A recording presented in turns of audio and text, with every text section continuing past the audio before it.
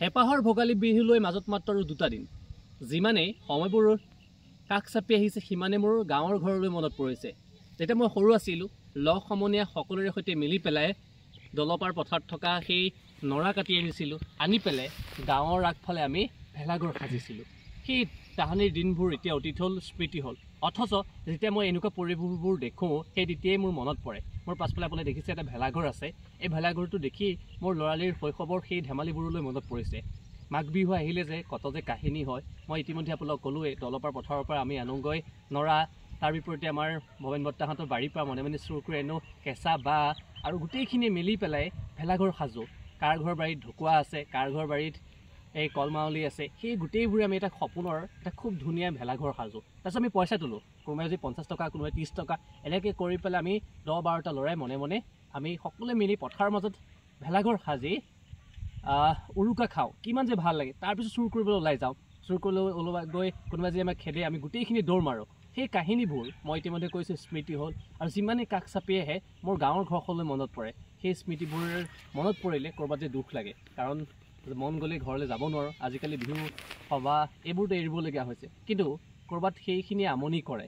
যি নহওক, এই পৰিৱেশটো দেখি মোৰ গাঁৱৰ ঘৰলৈ মনত পৰিলে উৰুকা তথা মাঘ বিহুলৈ। আৰু ৰাতিপুৱাৰ সময়ত শুই উঠিয়ে একদম কপি কপি মাঘৰ ঠাণ্ডা জাৰত গা ধুওঁ, তাৰপিছত মেজি জ্বলাওঁ। সেইখিনি এতিয়া স্মৃতি হ'ল। অথচ মনত পৰিলে যে খুব ভাল লাগে। পৰিৱেশটো মই আপোনালোকক দেখুৱাম। মোৰ পাছফালে দেখিছে এটা আছে ভেলাঘৰ। গাঁৱৰ ৰাইজ, মই আছোঁ এতিয়া ঠাকুৰকুচিত, মানে চন্দ্ৰপুৰৰ ঠাকুৰকুচি, গুৱাহাটীৰ পৰা কিছু নিলগতে গাঁৱৰ ৰাইজে মিলি পেলাই এটা ভেলাঘৰ সাজিছে, প্ৰকাণ্ড ভেলাঘৰ। আৰু আপোনালোকে দেখিছে, মই কৈছে ওপৰত আছে এইবোৰ নৰা, তাৰ তলত আছে এইবোৰ ঢকুৱা, তাৰ বিপৰীতে কলমাৱলী আৰু কেঁচা বাঁহ, এইবিলাক বনাইছে গাঁৱৰ ৰাইজে। ইমান ধুনীয়া লাগিছে। আৰু জানিব পৰা মতে গাঁৱৰ ৰাইজে প্ৰত্যেক বছৰত, আৰু এই যে দেখিছে প্ৰকাণ্ড এখন পথাৰ, ইয়াতে তেওঁলোকে খানা খায়। খানা মানে উৰুকা, লগে ভাগে এসাঁজ খায়। কিমান ধুনীয়া। আৰু এই পৰিৱেশবোৰ দেখিলে মোৰ কৈছে মোৰ গাঁৱৰ ঘৰখনলৈ মনত পৰে। লগ সমনীয়া আমি গোটেই গাঁৱৰ সকলোৱে মিলি খানা খাওঁ। আজিকালি পিছে আমাৰ গাঁৱৰ যি নামঘৰ এটা আছে, নামঘৰৰ সন্মুখতে আজিকালি খানা খাওঁ, কাৰণ ডাঙৰ হৈ অহাৰ লগে লগে ডাঙৰ পাৰ্টি আহি যায়, সৰু পাৰ্টি আহে। আপোনালোকৰ পিছে এনেকুৱা হয়নে? ডাঙৰ পাৰ্টি মানে ডাঙৰ চামে এটা বেলেগ ঠাইত খায়, সৰু চামে বেলেগ ঠাইত খায়। সেইটো এটা বেলেগ বেলেগ ভাল লগা পৰিৱেশ। এই কথাবোৰ মাঘৰ বিহু আহিলেহে মনত পৰে, কাৰণ যিমানে ওচৰ চাপি আহিছে সিমানে মোৰ মনত সেই তাহানিৰ দিনবোৰে মনলৈ আহি আছে। লগ সমনীয়াবোৰৰ কথা ক'লে মোৰ মুলুকা, বাবু, কৃষ্ণ, বগাই, সেই গোটেইকেইটাৰ লগৰ মনত পৰে। আমি গোটেইকেইটা ইমান উৎপত্তি আছিলোঁ নহয়, ক'ত ক'ত চুৰ কৰিবলৈ গৈছিলোঁ, সেই কাহিনীবোৰ এতিয়াও মনত পৰে।